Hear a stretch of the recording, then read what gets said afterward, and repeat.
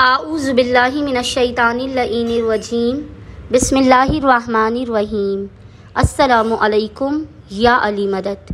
مومنین و مومنات کی خدمت میں خصوصی طور پہ زمانے کے امام اجل اللہ تعالی فرجہ شریف کی بارگاہ میں ایام عزا کی شہادت حسین ابن علی کی بے پناہ تعزیت پیش کرتے ہیں۔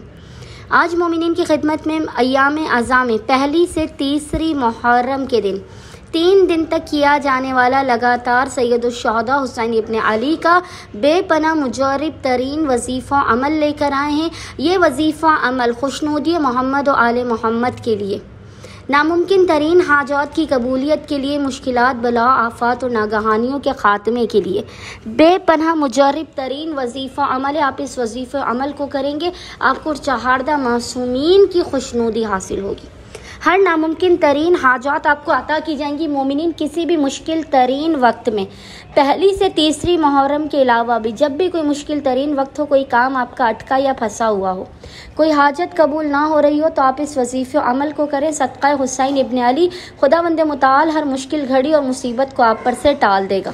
مومنین نے کرنا یہ ہے کہ خصوصی طور پر پہلی سے 3 محرم 3 دن لگاتار اس وظیفے عمل کو کرنا ہے۔ پورے دن میں جب بھی آپ کو فرصت کے لمحات ملیں، سب سے پہلے آپ نے باوضو ہونا ہے اور باوضو ہونے کے بعد 2 رکعت نماز پڑھ کے آقا مولا حسین ابن علی کی بارگاہ میں ہدیہ کرنا ہے۔ 2 رکعت نماز مولا حسین ابن علی کی بارگاہ میں ہدیہ کرنے کے بعد آپ نے مصلی ہی پر بیٹھ کر بنا کسی سے کلام کیے محمد اور آل محمد پر اول و آخر 3 مرتبہ 3 ٹائمز درود بھیجنے کے درمیان میں ایک تسبیح 100 ٹائمز 100 مرتبہ اس ذکر کی تلاوت کرنی ہے۔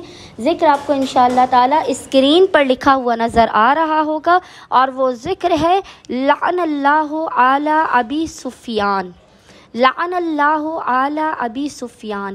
اس ذکر کی آپ نے ایک تسبیح تلاوت کرنے کے بعد محمد اور آل محمد کے حق کا واسطہ دے کر، خصوصی طور پر ابا عبداللہ الحسین علیہ السلام کے حق کا واسطہ دے کر خداوند متعال کی بارگاہ میں اپنی مشکلات کے خاتمے کی، حاجات کی قبولیت کی، ناگہانیوں بلاؤ کے ٹلنے کی دعا کرنی ہے۔